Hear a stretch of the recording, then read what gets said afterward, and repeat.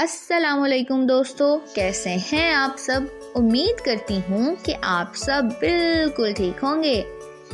तो मेरे प्यारे दोस्तों, आज हम काफ से मिलेंगे, जिसके ऊपर 2 नुक्ते भी होते हैं। आइए मुझसे मिलिए, मैं हूँ काफ और मेरी आवाज है क। तो चलिए मेरे दोस्तों से मिलते हैं। काफ क कुरआन। कुरआन, क्या आप लोग कुरान पढ़ते हैं? काफ क कलम। कलम। काफ क कुल्फी, मुझे तो कुल्फी बहुत पसंद है। काफ क कैंची।